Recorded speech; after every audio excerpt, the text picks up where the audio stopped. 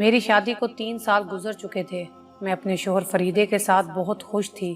میرے سسر کی تھوڑی سی زمین تھی مگر سیم نے اس کو بیکار کر دیا تھا۔ 2-4 بورے گندم اترتی، یہ پورے سال کے لیے ناکافی تھی۔ تبھی چاچا جی نے پڑوسی محافظ بھائی سے ذکر کیا۔ وہ بولا، حسن چاچا، تمہاری زمین سیم زدہ صحیح، کچھ نہ کچھ فصل تو گھر اٹھا لاتے ہو۔ کاشتکار محنتی ہو تو کسی حال بھوکا نہیں مرتا۔ 2 وقت کی روٹی روکھی سوکھی پیداوار سے میسر آ جاتی ہے۔ سیم والی زمین پر سفیدے کے درخت لگاؤ۔ جانتے ہو کہ یہ سفیدہ کتنا مہنگا بکتا ہے؟ چچا بولے، یہ بات کی بات ہے، ہم کو تو آج کی روٹی کے لالے پڑ گئے ہیں۔ گھر میں تیل، صابن، کپڑے کی بھی ضرورت ہوتی ہے، صرف روکھی سوکھی سے پیٹ نہیں بھرتا۔ بھتیجے، تم میرے بیٹے فریدے کو کام کے لیے باہر بھجوا دو۔ حسن چاچا، یہ تو سب ٹھیک ہے لیکن تیرا لڑکا اتنا سخت جان نہیں کہ پردیس کی مشقت سہ سکے۔ اچھی طرح سوچ لو، تھوڑی بہت تمہاری زمین جو آباد ہے کہیں یہ بھی بنجر نہ ہو جائے۔ اکیلے تم کھیتی باڑی نہیں سنبھال سکتے۔ بھتیجے، تم میرے بارے میں اور زیادہ نہ سوچو، اپنے بھائی سے فریدے کے ویزے کے لیے کہو۔ چاچا جی نے اپنے پڑوسی کو جواب دیا۔ حسن اتفاق کہ انہی دنوں محافظ کا چھوٹا بھائی جو 5 برس سے سعودیہ میں کما رہا تھا، چھٹی پر گھر آیا تو چاچا جی اس کے سر ہو گئے، اور یوں وہ 2 ماہ بعد فریدے کو بھی اپنے ہمراہ لے گیا۔ میری اپنے خاوند فریدے سے بہت بنتی تھی، ہماری آپس میں محبت کسی سے ڈھکی چھپی نہ تھی۔ وہ میری ذرا سی تکلیف پر تڑپ اٹھتا تھا۔ گھر پر ہوتا تو میرا پلہ بھاری رہتا تھا، مگر جب سے وہ گیا اس کی ماں بلا وجہ مجھ سے الجھنے لگی۔ اب تو وہ بیٹے کی غیر موجودگی میں مجھ پر شیر ہو گئی تھی۔ میں کسی سے فریاد بھی نہ کر سکتی تھی، چپ رہتی تو چاچی کی کڑوی کسیلی باتیں کلیجہ کھاتی، بولتی تھی تو نند اور دیور کے ہاتھوں پٹ جانے کی نوبت آ جاتی۔ ساس ہر دوسرے دن مجھے کسی نہ کسی بات پہ ان سے پٹوا دیتی۔ میکا 10 کوس دور تھا، ماں باپ بھی داد رسی کو نہیں پہنچ سکتے تھے۔ رو دھو کر چپ ہو جاتی۔ فریدے کے جانے کے بعد میری زندگی تو جہنم بن گئی تھی۔ میرے بچے اتنے چھوٹے تھے کہ ان کو چھوڑ کر میکے جا بیٹھنے کا تصور بھی نہ کر سکتی تھی، کیونکہ چاچی روز ہی کہتی، جاتی ہے تو جا مگر بچے نہ لے جائے گی، یہ ہمارے ہیں، یاد رکھنا ان کو لے کر گھر سے نکلی تو میں تیرے بھائی کے بچے ندی میں پھینکوا دوں گی۔ میں جانتی تھی کہ چاچی بڑی فسادن ہے، اگر بچے میکے لے گئی تو یہ ضرور کوئی ایسا فتنہ کھڑا کرے گی کہ میرے ماں باپ کا ناک میں دم آ جائے گا۔ میرا بھائی رفیق غصے کا بہت تیز تھا، اس کو جھگڑے میں الجھانے کا مطلب تو محض خون خرابہ ہی تھا۔ ایسے حالات میں میکے نہ جانے میں ہی عافیت تھی، بس دن رات کے اس جہنم کو جھیلنے پر مجبور ہو گئی۔ ایک روز صبح اٹھتے ہی اس روز چاچی نے پھر سے جھک جھک شروع کر دی۔ ادھر میرا دل اپنے شوہر کی جدائی سے تنگ تھا، ساری رات رو کر گزارتی، سارے گھر کا کام، جانوروں کی دیکھ بھال، فریدے کے گھر والوں کی خدمت، کھیت کھلیان کا کام کاج، سبھی بوجھ ساس نے مجھ پر ڈال دیا تھا۔ کسی انسان کو ستانے کی بھی کوئی حد ہوتی ہے۔ دل کی گھٹن نے مجھ کو ادمویا کر ڈالا تھا۔ فریدے کو گئے پورے 2 برس بیت چکے تھے، اور اب کی عید پر جب پڑوسی محافظ کا بھائی گھر آیا تو پہلی بار میرے جیون ساتھی نے اس کے ہاتھ کچھ سامان بھجوایا تھا۔ اپنے بھائی کے لیے گھڑی اور فون، باپ کے لیے گرم کمبل، اور ہم سب گھر کی عورتوں کے لیے ریشمی خوبصورت جوڑے۔ چاہیے تو یہ تھا کہ چاچی انصاف سے کام لیتی اور ہر کسی کے جوڑے اس کو دیتی، مگر اس نے میرے نام کے جوڑے بھی اٹھا کر اپنے پاس رکھ لیے کہ تم کو فریدہ اور بھیج دے گا۔ یہ جوڑے میں اپنی چھوٹی بیٹی شمیرہ کے جہیز کے لیے رکھ دیتی ہوں، اسے بھی تو بیانہ ہے۔ میں خالی آنکھوں سے اس بٹوارے کو دیکھتی رہ گئی۔ پورا بھرا بھرایا سوٹ کیس بھیجا تھا میرے سرتاج نے۔ بچوں کے 2 جوڑے اور 2 عدد کھلونے ہی میرے ہاتھ میں چاچی نے تھمائے تھے۔ تبھی فریدے کو یاد کر کے آنسو نکل آئے۔ کیا اسی لیے میرا خامد شدید گرمی میں پردیس کی مشقتیں سہتا ہے اور میں اس کی جدائی کی آگ میں سلگ رہی ہوں؟ جب سے وہ گیا تھا کسی نے ایک دھیلا میرے ہاتھ پر نہیں رکھا تھا، مفت کی وصیت ہی جھیل رہی تھی۔ وہ رات بھی رو رو کر گزاری تھی۔ صبح ہوئی تو میرا جی اٹھنے کو نہ چاہ رہا تھا، منہ لپیٹے پڑی رہی۔ سورج سر پر آ گیا، جانور چارہ اور پانی کے لیے ڈگرانے لگے۔ تبھی چاچی نے واہ ویلا شروع کر دیا۔ نند اور دیور نے بھی خوب زبان چلائی۔ چچی تھیں کہ چپ ہی نہیں ہو رہی تھی، آخر کتنا برداشت کرتی؟ میں بھی تو ایک انسان تھی، تھک ہار کر چچی کو جواب دے ہی دیا۔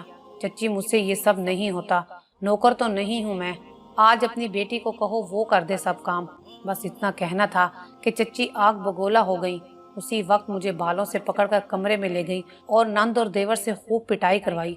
जब चाची का शोर होगा किसी तरह कम ना हुआ तो मैंने उस रोज मर जाने की ठान ली। कुछ देर चादर में मुंह लपेटे रोती रही, फिर नंद से चारा काटने का कहकर खेत में निकल गई और नदी के किनारे जा बैठी।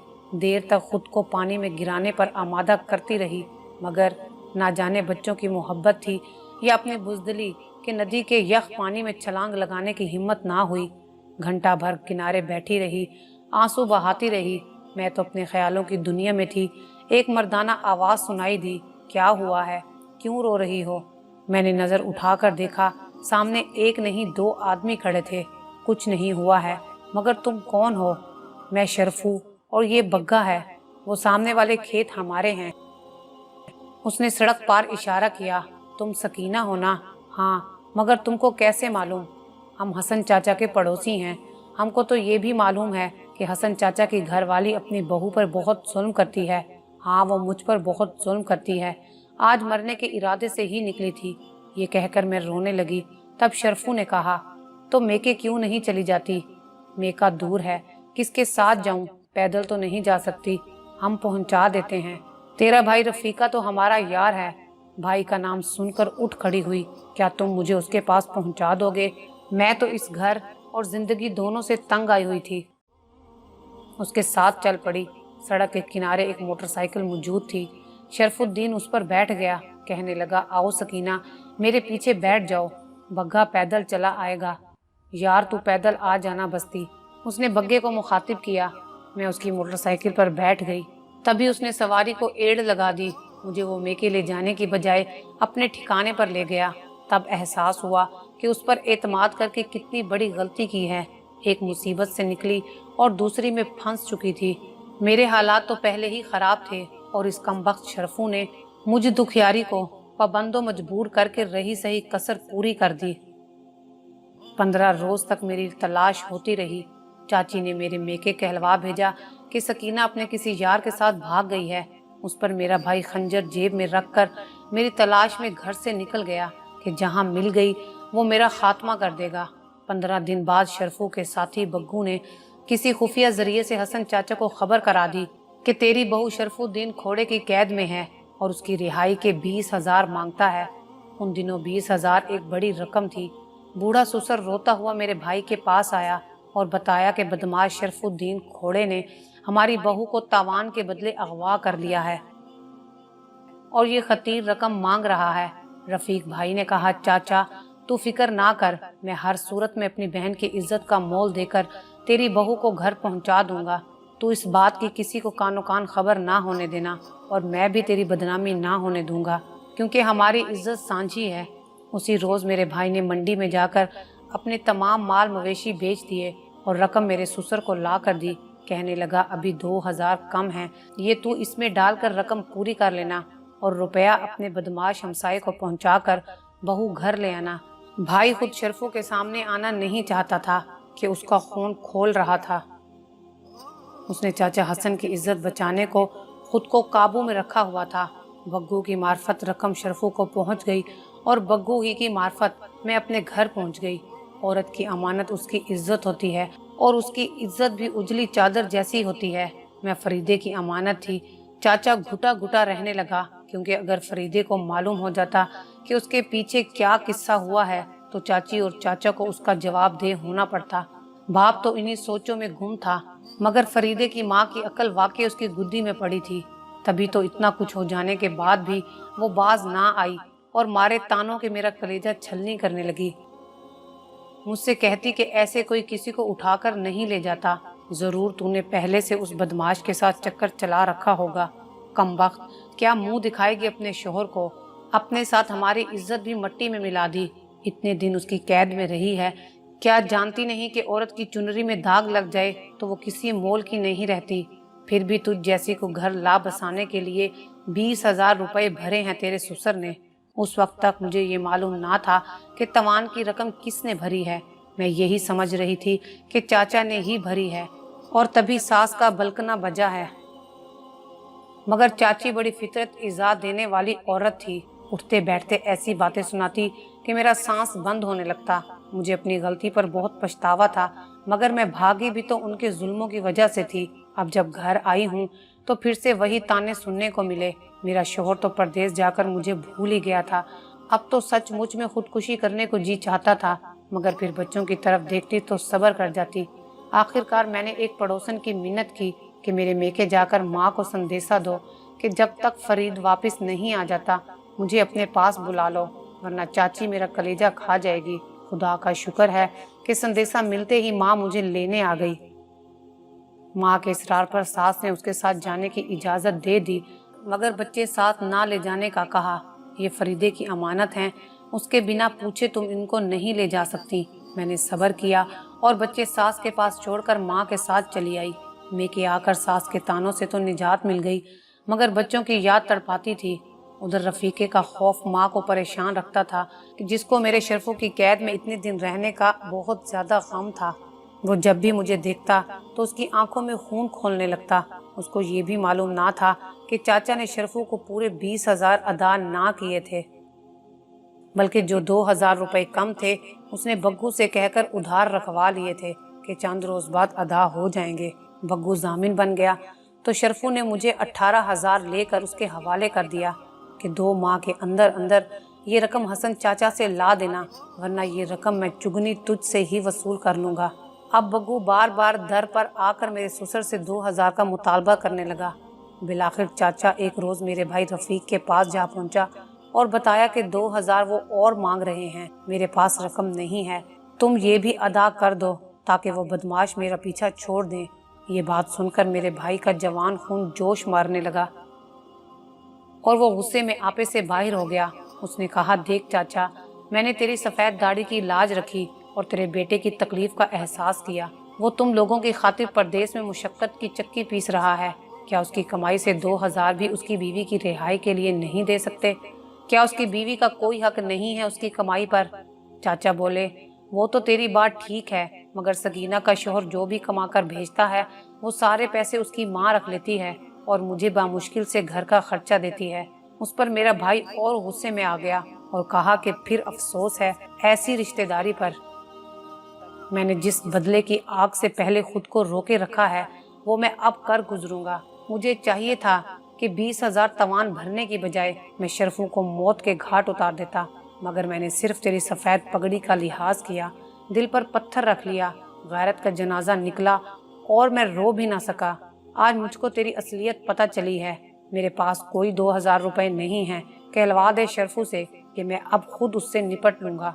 उसने इरादा कर लिया कि अब उन बदमाशों को मज़ा चखाने का वक्त आ गया है, लेकिन अब वो मुझे भी खूनखार निगाहों से देखने लगा था।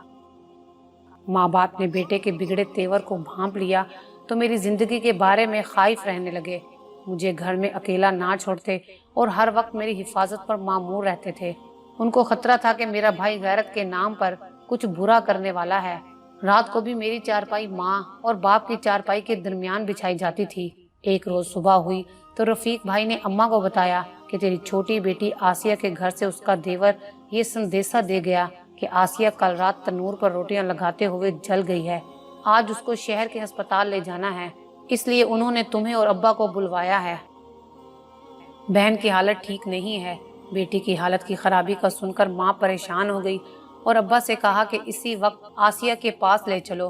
अब्बा भी बुखला गए और वो दोनों मुझे मजीदा के हवाले करके बेटी के ससुराल दूसरे गांव रवाना हो गए। मजीदा अम्मा की खाला जात थी जो बराबर वाले मकान में रहती थी और रफीक भाई की शादी उसकी बेटी जरीना से होने वाली थी। भाई अपनी मंगेतर को बहुत चाहता था। वो भी भाई की एक झलक देखने की लालच में अम्मा के काम में हाथ बटाने को रोज ही हमारे घर आया करती थी। दोपहर तक मजीदा मेरे पास रही।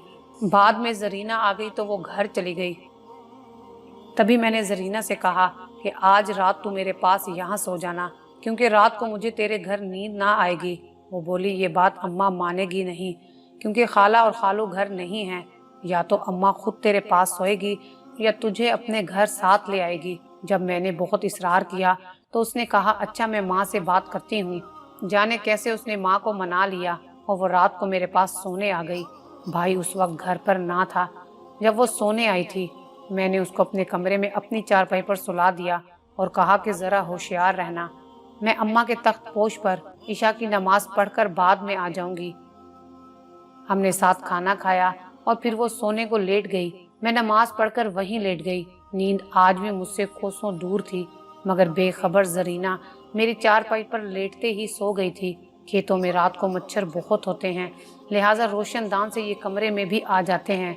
तभी हम लोग रात को सर से पांव तक चादर लपेट कर सोते हैं। वो भी चादर लपेट कर सोई हुई थी। मेरी बड़ी बहन आसिया फुफ्फो की बहू थी और उसका घर 8 कोस के फासले पर दूसरे गांव में था। अब्बा को आसिया का शोहर उनके घर के दरवाजे पर ही मिल गया।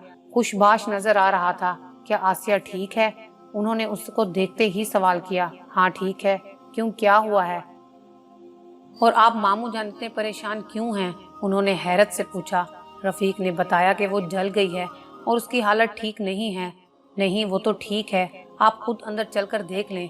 अम्मा और अब्बा धड़कते दिल के साथ घर में गए। सामने उनकी बेटी तंदूर पर रोटियां लगा रही थी। उन्होंने पहले तो इत्मीनान का सांस लिया, लेकिन आसिया को सही सलामत देखकर उनका माथा ठिनक गया कि आखिर रफीक को उनसे झूठ बोलने की क्या जरूरत थी। अब्बा ने अपने दामाद से कहा, ठीक है, हमें अभी वापस जाना होगा, मुझे एक जरूरी काम याद आ गया है। उधर वो ये बातें कर रहे थे और इधर मेरा प्यारा अम्मा जाया मुझे ख़त्म करने की तैयारी कर रहा था। लेकिन वो जो कहते हैं कि जिसे अल्लाह रखे उसे कौन चखे, सो ऐसा ही हो गया। रात भर अम्मा अब्बा दोनों मेरी फिक्र से ना सो सके थे। सुबह होने से पहले रात के चौथे पहर उन्होंने लौटने की तैयारी कर ली। हाँपते कांपते वो सुबह 7 बजे घर आ गए। दरवाजे से सहन में आए तो देखा रफीक बरामदे में बैठा आग ताप रहा है और घर में सन्नाटा है। बाप ने पूछा, तू अभी तक घर में बैठा है, काम पर क्यों नहीं गया? तभी अम्मा बोली, तेरी बहन कहाँ है? वो उधर है। उसने इशारा किया, फिर खुद ही गोया हुआ। ख़त्म कर दिया है मैंने उसको ये ख्याल सुहान रूह था मेरे लिए कि वो इतने दिन एक गैर के कब्जे में रहकर भी जिंदा है, इसलिए ख़त्म कर दिया है आज उसको। माँ ने सिसकी ली तो बाप ने होंठ भींच कर कहा, क्या यही बात बताने के लिए घर में रुका हुआ था तू? अम्मा तो जहाँ खड़ी थी वहीं बैठकर बैन करने लगी और अब्बा ने जब्त में जकड़ी मध्यम आवाज में पूछा, अब तू कहाँ जा रहा है बदनसीब? थाने जा रहा हूँ अब्बा। और कहाँ जाना है? उसने ठंडी सांस ली और घर से निकल गया।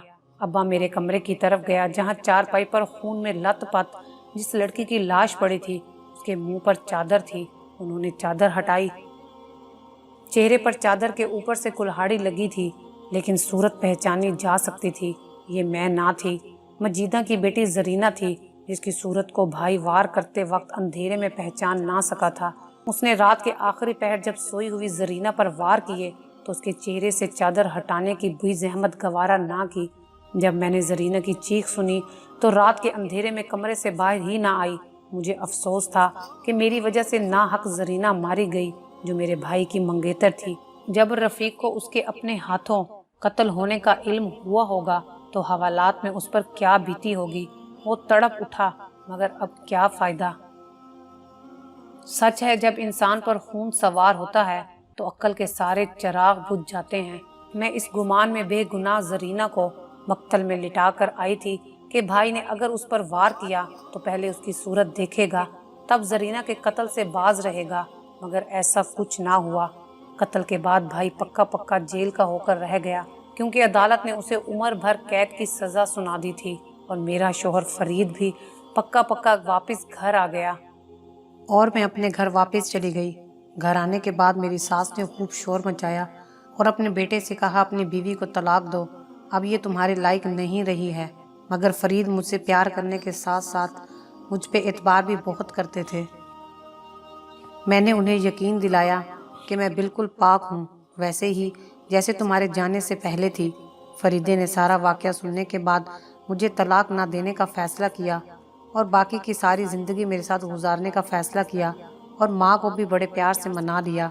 काश मेरे शोहर की तरह मेरे ससुराल वाले और मेरा अपना खून मेरा भाई मुझ पर एतबार करता और मुझे गलत समझने की बजाय मेरा साथ देता, तो आज 2 ज़िंदगियाँ बर्बाद होने से बच जाती, एक जरीना की और दूसरी मेरे अपने भाई की। आज मैं अपने घर में अपने बच्चों और शोहर के साथ बहुत खुश हूँ। अब सास भी मुझे ताने नहीं देती اسی وجہ سے میں ہر کام ان کے کہنے سے پہلے ہی کر دیتی ہوں۔